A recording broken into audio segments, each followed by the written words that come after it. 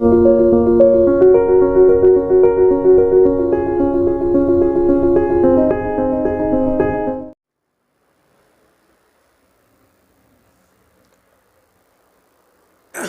हिंद। आज हम लोग एंशिएंट हिस्ट्री में एक बहुत ही इम्पोर्टेंट टॉपिक है जिसे बोलते हैं मौर्य काल। इसके पहले आपने राइजिंग ऑफ मगधा पढ़ा था, मगध का उत्कर्ष पढ़ा था। आज हम लोग मौर्य काल पढ़ने वाले हैं। प्राचीन भारत को लेंगे तो दो तीन टॉपिक बहुत ही इंपॉर्टेंट है। पहला है इंडस वैली सिविलाइजेशन यानी सिंधु घाटी की सभ्यता। दूसरा है वैदिक काल या वैदिक era and rising of Mahajanapada, महाजनपद का उदय। तीसरा जो है उसका नाम है मौर्य डायनेस्टी। चौथा है गुप्त डायनेस्टी।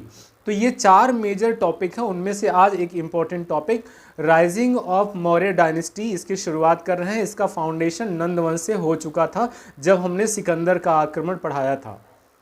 हमने बताया था किस तरह से घनानंद एक स्वेच्छाचारी और एक बहुत ही क्रूर राजा हुआ करता था नंद वंश का, जो महापद्म नंद का 8वां बेटा था।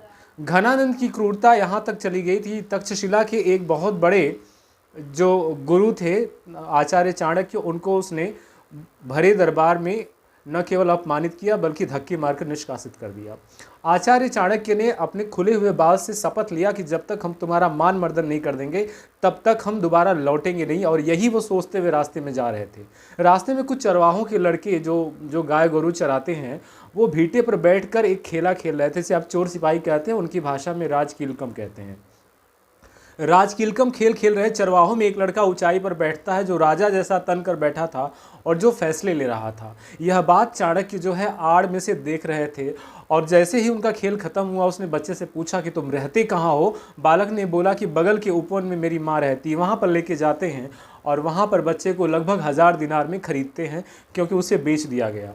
उसे लेकर तक्षशिला जाते हैं और वहाँ पर आचार्य चाणक्य ने उस युवक चंद्रगुप्त को ट्रेंड किया गुप्त रूप से, और जब वो योग्य हो गया तो उसे लेकर घनानंद पर आक्रमण करता है और घनानंद की सेनाओं को हराते हैं चंद्रगुप्त मौर्य की मदद से चाणक्य, और घनानंद को गिरफ्तार करके उसकी हत्या करवाते हैं और अपना जो शपथ है वो पूरा करते हैं। और उसके बाद उस तेजस्वी बालक जिसका नाम चंद्रगुप्त मौर्य था, उसे अखंड भारत का स्वामी बनाते हैं। ये पूरी कहानी बैकफ्लैश में मैंने आपको बताई है, जो पिछले क्लासेस में हो चुकी है। आज हम लोग उसके आगे की बात करने वाले हैं कि क्या होता है जब चंद्रगुप्त मौर्य सिंहासन पर बैठता है। चंद्रगुप्त मौर्य को ही मौर्य वंश का संस्थापक कहते हैं और इसे ही अखंड भारत का पहला राजा कहते हैं, जिसने कई महाजनपदों को एक में मिला करके चाणक्य के निर्देश के अनुसार अखंड भारत की नींव रखी। और ये दक्षिण भारत में छोड़ करके लगभग उत्तर भारत में काबुल, कांधार, मकरान, हेरात और अफगानिस्तान, ईरान तक इसकी सीमाएं थी। चंद्रगुप्त मौर्य के बारे में बात करते हैं। इससे संबंधित कई फैक्ट फाइल एक जगह लिखे हुए हैं ताकि आपका समय अनावश्यक रूप से बर्बाद न हो और आप इसे जल्दी से जल्दी इम्बाइब कर लें, अंतर्ग्रहण कर लें। तो चलिए अपना कॉपी पेन उठाइए और मेरे साथ चंद्रगुप्त मौर्य, बिंदुसार और अशोक के बारे में पढ़ाई करते हैं फैक्ट फाइल के साथ। जहां ज़रूरत होगी वहां पे मैं आपको एक्सप्लेनेशन दे दूंगा। चलिए शुरू करते हैं। यहां पर लिखा हुआ है कि चंद्रगुप्त मौर्य का जन्म 345, याद करना आसान है, 3 के बाद 4 आता है, 4 के बाद 5 आता है, 345 BC में हुआ था। इसे सेंट्रोकोर्स कहा है। किसने? जस्टिन ने चंद्रगुप्त मौर्य को क्या कहा है बच्चों? सेंट्रोकोर्स। तो ये क्वेश्चन कई बार पूछता है कि जस्टिन को सेंट्रोकोर्स किसने कहा। जस्टिन ने किसे सेंट्रोकोर्स कहा था? ये कोई और नहीं था, चंद्रगुप्त मौर्य था। ये यूनानी है, अपनी भाषा में कहा होगा, और इसकी पहचान चंद्रगुप्त के मौर्य के रूप में विलियम जोन्स ने किया था। तो again this is very important question कि चंद्रगुप्त को पहचाना किसने था? William Jones. जोन्स मतलब जान गया था, ऐसे याद रखिएगा। इसके बाद इसकी उत्पत्ति अलग अलग ग्रंथों के अनुसार अलग अलग जगह हुई है। इसे वृषल कुल का माना गया है। किसने कहा था? मुद्रा राक्षस, जो विशाख दत्त द्वारा लिखी हुई रचना है, इसने कहा कि यह एक छोटे जन्मे एक वृषल कुल है। बेसिकली ये चरवाहों का एक ऐसा समुदाय था जहां पर वो पैदा हुआ था। ऐसा किसने कहा है? विशाख दत्त ने अपनी बुक मुद्रा राक्षस में कही है। प्रारंभ में यह ब्राह्मण था, ब्राह्मण धर्म अपनाया था, लेकिन बाद में चंद्रगुप्त मौर्य क्या बन जाता है? जैन धर्म बन जाता है। मैंने आपको एक कहानी बताता हूँ कि चंद्रगुप्त के जीवन में जब वो राजा बनता है तो सफलतापूर्वक राजकाज देखता है। इसी बीच में समय बीतता है और चंद्रगुप्त लगभग अपने अंतिम अवस्था यानी चौथेपन में पहुंचता है। उस समय मगध में 12 साल का भयानक सूखा पड़ा था। उस सूखे में लोग असहाय थे, राजकोष समाप्त हो गया था, धन अन्न समाप्त हो गया था। चंद्रगुप्त का मन व्याकुल हो जाता है और वो गुरु भद्रबाहु के साथ कर्नाटक के श्रवण बेलगोला में चला जाता है और वहां पर जाने के बाद ही संलेखना के द्वारा 298 ईसा पूर्व में अपने जीवन को समाप्त कर देता है। तो सवाल पूछेगा, चंद्रगुप्त जीवन के अंतिम वर्षों में किस धर्म का पालन किया था? तो वो जैन बन गया था, कन्वर्टेड इनटू जैना फ्रॉम ब्राह्मण रिलीजन। तो ये इंपॉर्टेंट यहाँ पर है। 322 ईसा पूर्व में, देखिए 345 में ये इसका जन्म हुआ था। 322 ईसा पूर्व में लगभग 23 वर्ष की अवस्था में चंद्रगुप्त मौर्य गद्दी पर बैठता है। किसकी मदद से? चाणक्य की मदद से गद्दी पर बैठता है। और गद्दी पर बैठने के 17 साल बाद 305 ईसा पूर्व में चंद्रगुप्त मौर्य और जो सिकंदर का सेनापति सेल्यूकस था, जो पश्चिमोत्तर भारत में रह रहा था, इन दोनों के बीच में स्पर्धा को लेकर लड़ाई होती है। चंद्रगुप्त मौर्य ने न केवल सेल्यूकस का दमन किया बल्कि उसे दूर तक दौड़ा कर ले गया और उसे इराक तक दौड़ा कर ले गया और वो हार जाता है युद्ध। और इस युद्ध में हारने के बाद सेल्यूकस ने चंद्रगुप्त को काबुल, कांधार, मकरान और हेरात 4 प्रांत वो देता है और बदले में साथ में अपनी पुत्री कार्नेलिया, जिसे हेलेना भी कहते हैं, उसका विवाह किसके साथ कर दिया? चंद्रगुप्त मौर्य के साथ कर दिया। तो ये कहानी है। चंद्रगुप्त को बदले में एक यूनानी पत्नी मिली और ढेर सारा तोहफा और ढेर सारे यूनानी राजनयिक भारत में मिले, जिसे वो चंद्रगुप्त अपने दरबार में रखने लगा। इसके बाद मैंने यहाँ पे लिखा है कि काबुल, कांधार, मकरान और हेरात भेंट किया। मेगस्थनीज की बुक इंडिका के अनुसार चंद्रगुप्त का वर्णन है। ध्यान दीजिएगा, मेगस्थनीज की पुस्तक है इंडिका, जो यूनानी लेखक है और वो सेल्यूकस निकेटर के दरबार में वो एक लेखक था और उसकी इंडिका में लिखा है कि चंद्रगुप्त मौर्य एक रहस्यमयी आदमी था। उसका राजमहल लकड़ी का बना हुआ था। उसके जैसे कम से कम 10 से 12 हम शकल होते थे। ये पहचानना मुश्किल होता था कि असली वाला चंद्रगुप्त मौर्य कौन है। और उसका जो शयन कक्ष है, जहाँ पे वो बेडरूम उसका था, वो मेन एंट्री से बहुत दूर होता था ताकि कोई भी हमला हो तो उसे संभलने का पूरा मौका मिले। और एक बात ये भी कहता है इंडिका में कि वो एक बेडरूम में 2 दिन से ज़्यादा सोता नहीं था, वो बदल बदल के सोता था। ये सारे दाव पेच इसके गुरु चाणक्य द्वारा सिखाए गए थे। इसीलिए तमाम षड्यंत्रों के बावजूद चंद्रगुप्त को कोई हानि नहीं पहुंचती है। इंडिका में इस बात का भी जिक्र है कि चंद्रगुप्त मौर्य सदैव स्त्री अंगरक्षिकाओं से घिरा रहता था, फीमेल बॉडीगार्ड, और वो बड़ी खूंखार होती थी। एक हाथ में नंगी तलवारें, दूसरे हाथ में धनुष बाण लेकर चलती थीं। और चंद्रगुप्त मौर्य अक्सर पालकी या डोली में चलता था और उसके बगल में जो बाकी मेल जो सिक्योरिटी गार्ड्स थे वो तोता जिलाए रहते थे। और जो तोते होते थे वो गुप्तचर का काम करते थे, उड़ उड़ कर पता लगाते थे कि आसपास कोई अजनबी तो नहीं है, और खतरे की स्थिति में वो चिल्लाना शुरू कर देते थे। तो ये तमाम डिफेंस मैकेनिज्म अपनाता था चंद्रगुप्त मौर्य।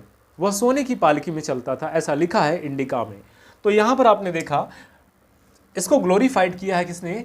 मेगस्थनीज ने। आगे लिखा गया है कि इसकी मृत्यु 298 BC में कर्नाटक के श्रवण बेलगोला में संलेखना विधि द्वारा हो जाती है। कुल मिलाकर के चंद्रगुप्त मौर्य के बारे में एक ब्रीफ इंट्रोडक्शन आपको दे दिया गया है। चंद्रगुप्त के मरने के बाद उसका बेटा बिंदुसार 298 ईसा पूर्व में मगध का शासक बनता है। बिंदुसार को अमित्रघात या अमित्रचेट भी कहते हैं। इसका मतलब होता है कि अपने शत्रुओं को न छोड़ने वाला। यहाँ पर लिखा है कि इसे यह आजीवक संप्रदाय का था, जैन परंपरा की आजीवक संप्रदाय का था। और भद्रसार के अनुसार इसे वायु पुराण के अनुसार इसका एक नाम भद्रसार था। इसका एक अन्य नाम सिंहसेन भी था। यहाँ मैं लिख देता हूँ कि इसका एक अन्य नाम सिंहसेन भी था। वायु पुराण के अनुसार इसे भद्रसार भी कहते हैं, इसका एक नाम सिंहसेन भी था। चंद्रगुप्त मौर्य के बाद उसका बेटा बिंदुसार भी योग्य हुआ। एंटियोकस ने अपने राजदूत को डायमेकस को बिंदुसार के दरबार में भेजा था। जैसे राजनयिक लोग आते जाते हैं, वो भी आया था। उससे बिंदुसार ने 3 बातें मांगी थी। एक तो मांगा था सूखा अंजीर, दूसरा मांगा था मदिरा और तीसरा मांगा था फिलोसफर यानी दार्शनिक। कहते हैं कि बिंदुसार ने ये 3 चीज़ें मांगी थी एंटियोकस से, सीरिया के राजा, सीरिया जहाँ पे आज ISIS और तमाम जो है कट्टरपंथियों का शासन है, वहाँ का राजा उस समय एंटियोकस हुआ करता था। और उसने 2 चीज़ तो चंद्रगुप्त को देने के लिए हाँ कह दिया, सॉरी बिंदुसार को, लेकिन वो दार्शनिक देने से मना कर दिया और कहा sorry our philosopher are not saleable, मतलब हमारे जो दार्शनिक, हमारे जो विद्वान हैं वो बेचे नहीं जाते हैं। ये पॉइंट हमेशा एग्जाम में आता है। अगली बात है कि तक्षशिला में 2 विद्रोह हुए थे। उन विद्रोहों को दबाने के लिए बिंदुसार ने सबसे पहले अपने बड़े बेटे सुसीम को भेजा था। सबसे पहले बड़े बेटे सुसीम को भेजा था। जब सुसीम नहीं दबा पाया तो बाद में उसने अशोक को भेजा था। अशोक ने बड़ी ही सफलता से तक्षशिला में हुए दोनों विद्रोहों को दबा दिया। इसका नाम शुरू में चंडाशोक था, मतलब इसे देखकर लोग भाग जाते थे, इतना खतरनाक था ये, ऐसा बताते हैं। अब आते हैं अशोक के बारे में। इसके बारे में, बिंदुसार के बारे में इतनी बातें इंपॉर्टेंट थी। आते हैं अशोक के बारे में। अशोक का नाम अशोक, चंडाशोक, देवानामपियस्य, कई नाम से इसे जानते हैं। इसकी माता का नाम सुभद्रांगी और पिता का नाम बिंदुसार था। ठीक है, इनसे अशोक का जन्म हुआ था। अशोक 269, इसके पिता 298 बीसी में गद्दी पर बैठे थे। ये 269 ईसा बीसी में गद्दी पर बैठा। गद्दी पर बैठते समय ऐसा बताते हैं कि अशोक ने अपने 99 भाइयों की हत्या करके गद्दी को प्राप्त किया था। अपने 99 भाइयों की हत्या करके गद्दी को प्राप्त किया था। ये इतना क्रूर था, ऐसा बताते हैं शुरू में। एक कथानक के अनुसार अशोक कुरूप था, वो सुंदर नहीं था। उसकी जब पालकी निकल रही थी, शोभा यात्रा निकल रही थी, उस समय कुछ महिलाओं ने उसकी कुरूपता का मजाक उड़ाया। अशोक ने कहा थोड़ा गाड़ी पीछे कर लो भाई, जरा देखें कौन हमारा मजाक उड़ा रहा है। और जब पूछा कि भाई किसने हमारा मजाक उड़ाया है, तो जब वो महिलाएं चिन्हित हुई तो अशोक ने कहा ऐसे नहीं काम चलेगा, सबको एक साथ में मारा जाएगा। और उसने जो है सैकड़ों महिलाओं का, 500 महिलाओं का गला काट दिया था। इतना क्रूर और बर्बर था अशोक, इसे चंडाशोक भी कहते थे। तो इस तरह से अशोक राजा बना था 269 बीसी में। और उसी राजा बनने के बाद जो मगध का ठीक 8वें वर्ष 261 बीसी में अशोक ने कहाँ पर आक्रमण कर दिया? कलिंगा, जिसे आज उड़ीसा के नाम पर जानते हैं। उस समय उड़ीसा की राजधानी तोशली थी। अशोक ने 261 बीसी में ईसा पूर्व में कलिंग पर आक्रमण किया और भयानक रक्तपात हुआ। इतना रक्तपात हुआ कि कोई बचता नहीं है वहाँ पर। तो कहते हैं कि जब लास्ट में अशोक ने बचे हुए राजकुमार को का धड़ काटने के लिए तलवार उठाया तो उसका मुकुट गिर गया। वो संयोग से राजकुमारी थी। उसने कहा कि जब आपने सबको मार दिया है तो हमें भी मार दीजिए, देखते हैं कि आप किस पर शासन करते हैं। तो ये कहानी है। अशोक का वहीं हृदय परिवर्तन होता है और वह अपने बौद्ध गुरु उपगुप्त को बुलाता है। याद रखिएगा, उपगुप्त को बुलाता है मैदान जंग में और उनसे किसकी शिक्षा लेता है? उनसे बौद्ध धर्म की दीक्षा ग्रहण करता है। इसके बाद भयानक और वो जो पराक्रमी अशोक था अब क्या बन चुका था? एक बौद्ध साधु बन चुका था। उसने भेरी घोष की जगह धम्म घोष को अपना लिया। उसने भेरी घोष की जगह धम्म घोष को अपना लिया। सवाल आता है कि अशोक का नाम अशोक वर्धन किस अभिलेख में मिलता है? तो ये मास्की और गुर्जरा अभिलेख है जहाँ पर अशोक का नाम अशोक वर्धन मिलता है। अशोक ने कलिंग पर 261 बीसी में अटैक किया था। उपगुप्त से बौद्ध धर्म की दीक्षा ली, यहाँ पे लिखा हुआ जो मैं पहले बता चुका हूँ। आजीविकों को रहने के लिए इसने बराबर की पहाड़ियों में 4 गुफाएं दान दी थी। कौन कौन सी हैं? सुदामा, कर्ज, चौपड़ और विश्व झोपड़ी। सुदामा, कर्ज, चौपड़ और विश्व झोपड़ी 4 गुफाएं अशोक ने आजीविकों को रहने के लिए दान दिए थे। ये पूछा है कई बार। और बराबर की पहाड़ियों में। ठीक है, इसके अलावा आज के लिए जो आखिरी बिंदु है वो ये है कि अशोक ने अपने पुत्र महेंद्र और पुत्री संघमित्रा को बौद्ध धर्म के प्रचार के लिए श्रीलंका, जो उस समय सिंहली द्वीप कहलाता था, वहाँ भेजा। और Sri Lanka, Bhutan, Myanmar, Burma, Indonesia, चीन, जापान, तिब्बत आदि जगहों पर इसने अपने राजनयिक और अपने लोगों को बौद्ध धर्म के प्रचार के लिए भेजा। अशोक ने भारत में अनेकों स्तूप बनाए। कहते हैं कि 84,000 स्तूप बनाए। इसके बाद अशोक ने 7 स्तंभ लेख, 12 शिलालेखों का निर्माण कराया। इसके बारे में हम चर्चा अगली वीडियो में करेंगे। ये तमाम फैक्ट फाइल कम से कम समय में आपको देने की कोशिश की गई है और मौर्य काल का एक ब्रीफ इंट्रोडक्शन और पर्याप्त इंट्रोडक्शन है वनडे एग्जामिनेशन के लिए।